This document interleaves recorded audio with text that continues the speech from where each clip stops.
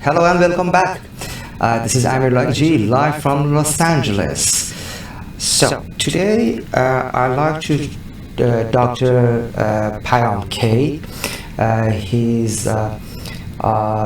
He has a PhD in philosophy and psychology, and we're supposed to talking about effective communication.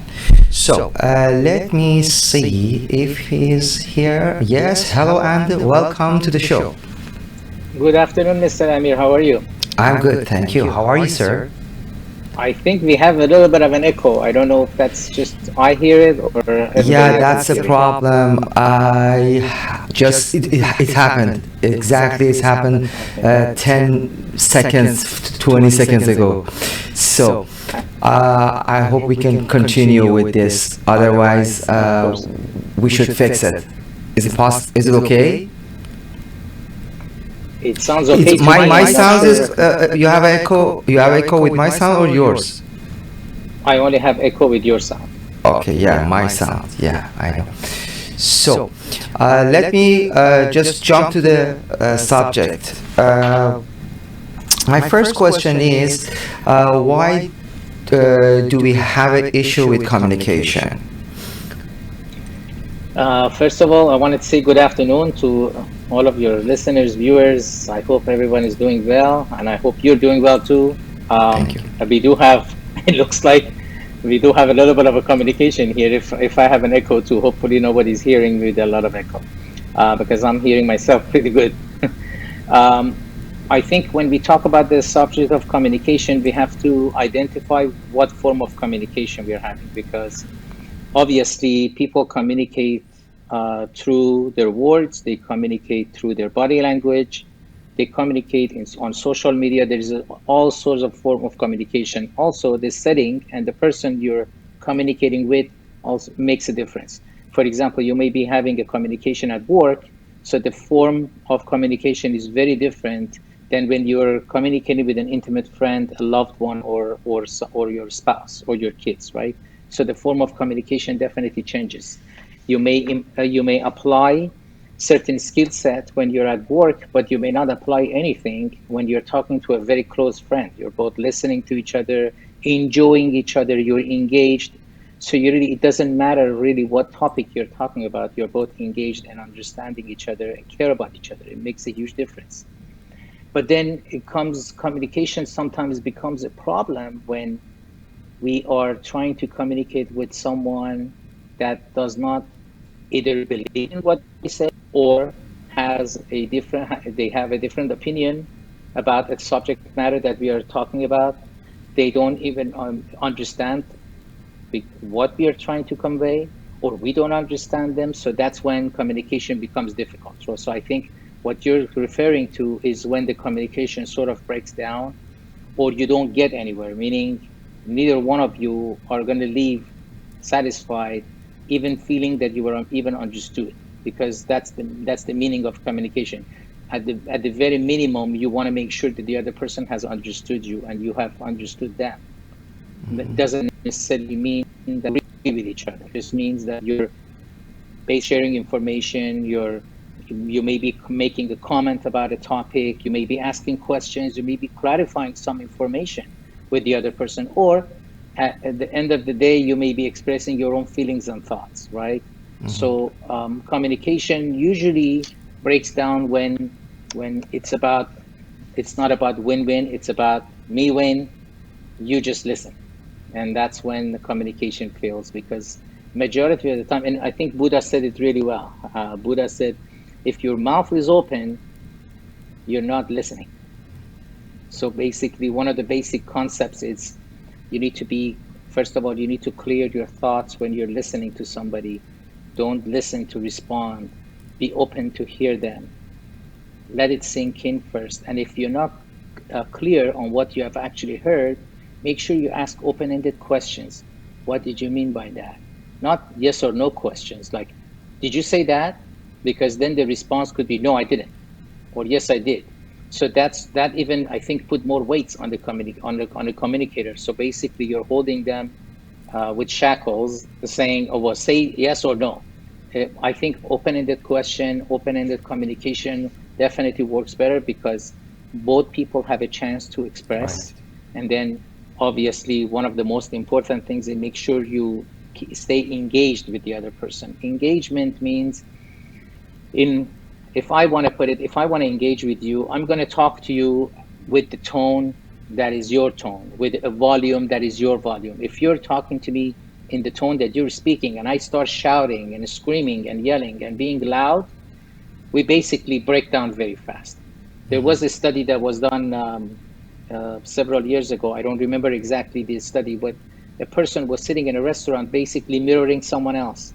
After 5 and 10 minutes, the other person who did not even know this is just a study started doing the same thing that the other person was doing, picking up his glasses, eating his food, doing all of that stuff. So mirroring, I think it's extremely important.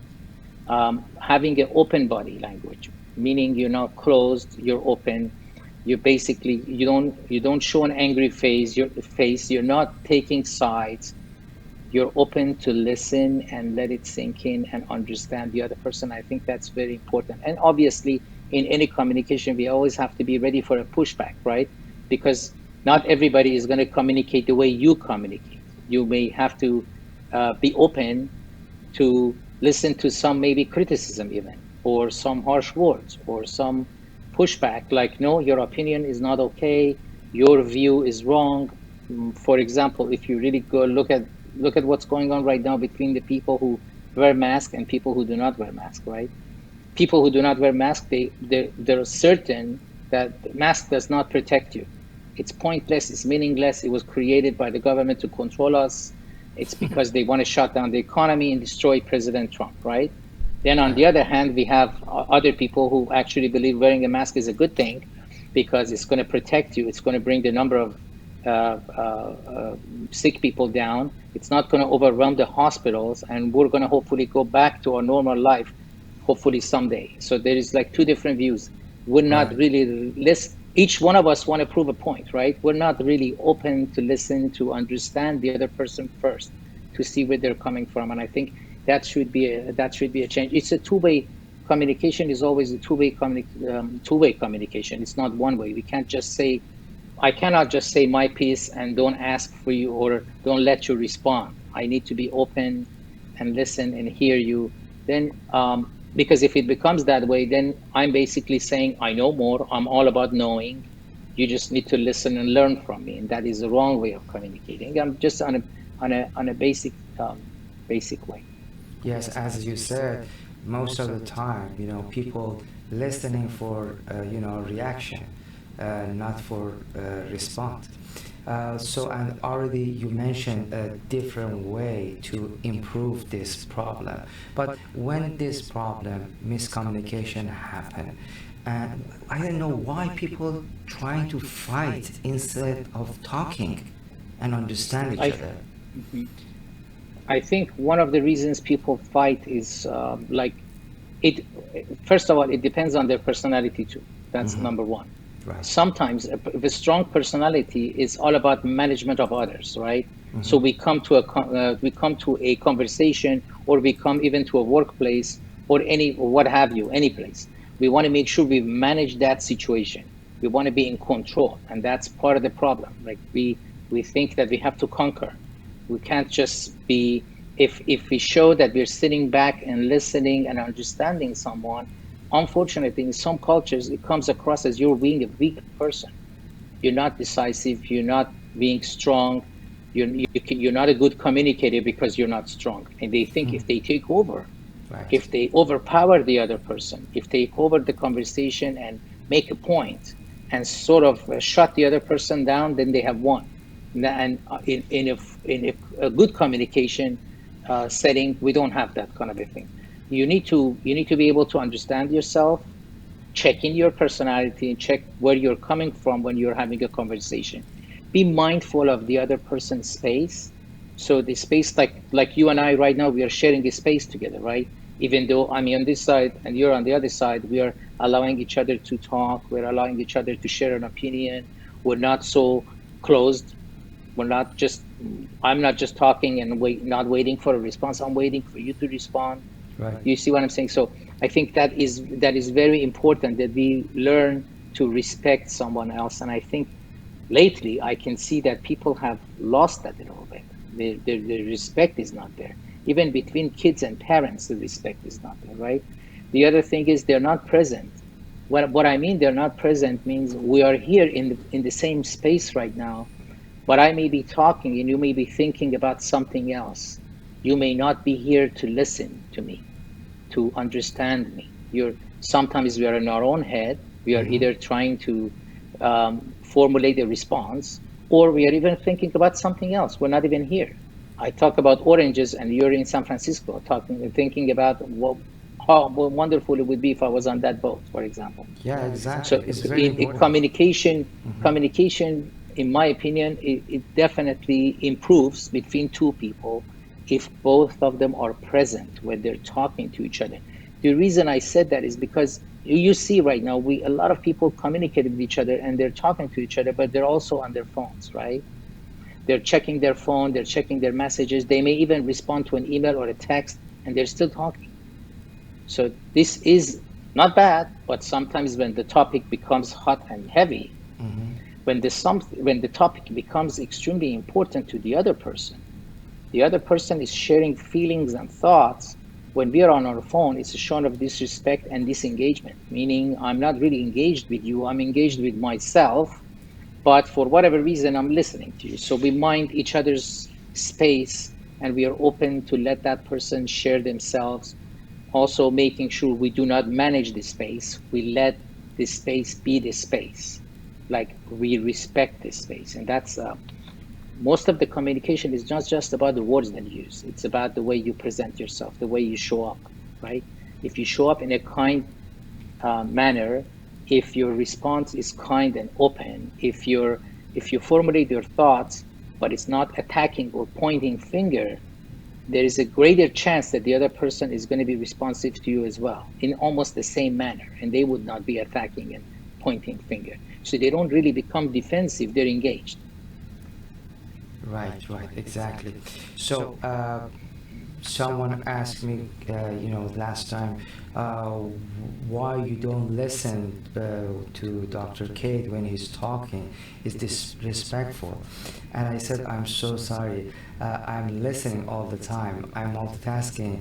That's why I can work as a four people in the studio. Right. I I think apologize. that's I that's a little apologize. different though. I'm not Yes. multitasking. I'm sitting here only communicating with you. So I think that is not really that fair, because you have to run that studio too. So Yeah, I I'm don't sorry. expect you to listen to anything else, and I don't have a lot of important stuff to share anyway. Whatever I No, share is very basic thank you. concept, No, really. no, it was very good, amazing, awesome. So you already mentioned about different skills to improve the communication. But if you want to go like a technique, one, two, three, four, five, some I don't know how many. If you want to mention to that technique, uh, I love to hear that because you One of already the mentioned the most first one Sure. is I ask for permission because maybe you are not ready for talk. Right. I should ask you, yeah. Absolutely. Like I said, it's a two-way. Mm-hmm. Communication is two ways, not one way. So you can't Mm-hmm. just enter a room, for example, and Right. your spouse is getting ready to go to work, and you say, I want to talk to you. And then you start talking without the other person allowing you to come into the space of communication. So Exactly. that is very important. We can't just automatically assume just because I'm hot and heavy about a subject, or I really want to share my feelings and thought, the other person is ready right now to receive that. We have to be mindful of someone else's space to see if they allow us to come into that communication space. Otherwise, you may receive a lot of pushback. They may listen to respond. So they're not really communicating with you. They're just trying to be defensive and respond to you. The most important thing, I think, one is that is maybe not a skill, but it's something that's within us, but we have to be aware of it. Every single time you want to come into contact with someone, make sure you want to treat them as you want to treat you, meaning empathy. Be empathetic towards the other person. Don't be cold. You don't have to be submissive. You don't have to be aggressive. You just have to show empathy. And that's, I think, very important, because when I show empathy to someone else, I'm already opening the door for a serious engagement with the other person. That means it's only not just your words. You are important to me. I want to listen to you. I want to hear you as a person, not just your words. And I think majority of the time, if the other person understands that you actually care about them and you have empathy towards them, half of the words they may not hear, but they will still love to listen to you. Right. They would like to listen to you at the very least, because you're showing empathy. That person is important to you. It's not just about the conversation you're having. And as you said, it's So, very important when you listen and when you understand, acknowledge that point. mhm. I acknowledge that I understood you. Now that And you said that, one more thing I wanted to share before I forget, and sure. I know I'm talking too much. I No, apologize. no, no. But Stress.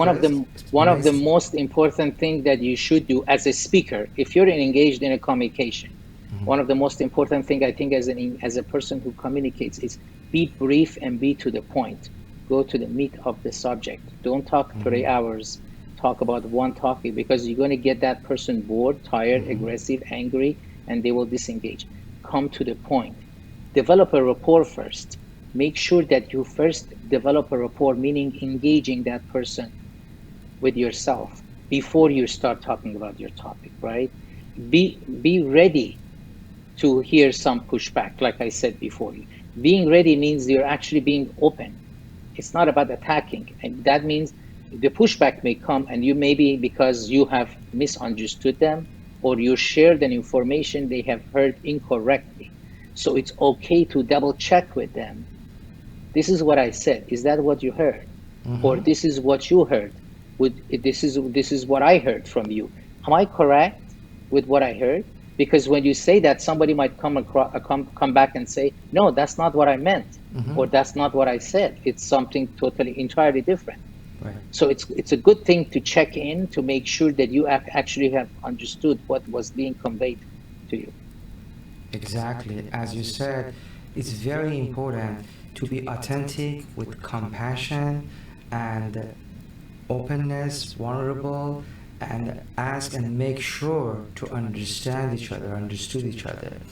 And the last things, some people they talk like a orderly, not suggestive. That's a very important thing. I like to talk about that. How much is important? It is very important, because it is, if you're trying to sort of give order, for me as a listener, I take it as you're invading my privacy, right? If you really look at it that way. Um, if you let's say we sit down and we talk to each other, and I put my hand on your shoulder, or I put my hand on your hand, you may not actually like that. So I have to mind your space. It is the same way with communication. If you're coming across that you're giving an order, like I said, there is a different set of communication for different settings. If you're at work, yes, a sergeant could walk into a room and give several orders to some officers and just walk away without listening to one word. They have to, or he doesn't even have to care about their opinion, right? So it's a different setting. If you're in a communication in form of engagement with another person, if you're ordering, meaning I'm just giving suggestions, ordering means I'm not waiting for you to give a response. I'm just going here to make a point. You're here to take my orders, follow through.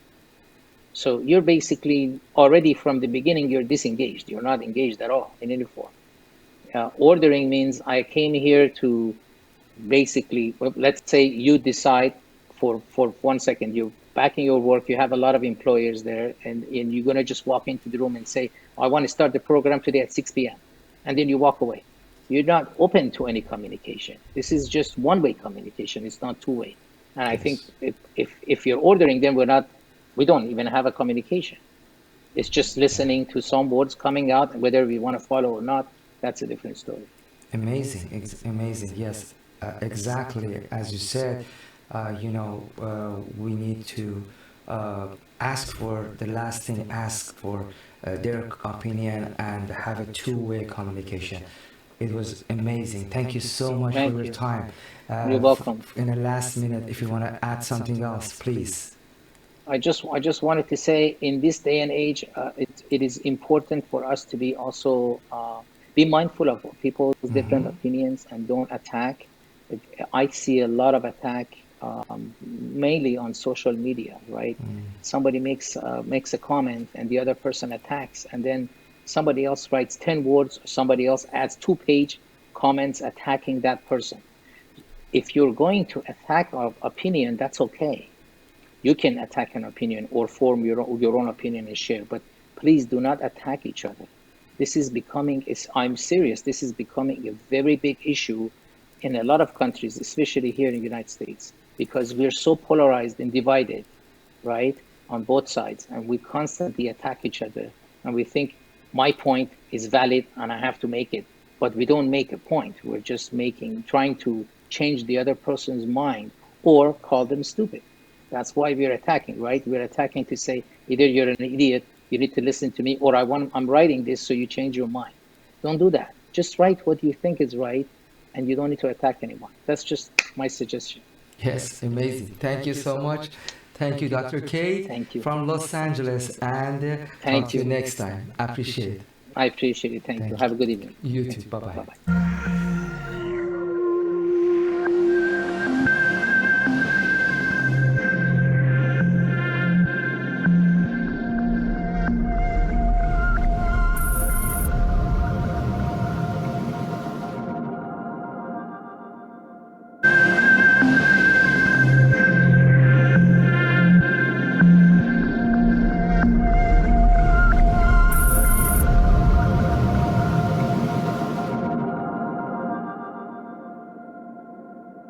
Raise your vibration and re engage with life. Find balance and reconnect with joy. Your vehicle is balancing the wheel, and we're here to support you in becoming more happier, healthier, and successful. wheelofwellbeing.com or drsadiq.com. Do you have viruses or malware warnings? Have a problem with your computer and need help? 24 hours, 7 days. Computer Emergency Services. Convenience and savings at your fingertips. Download our free app and keep in touch.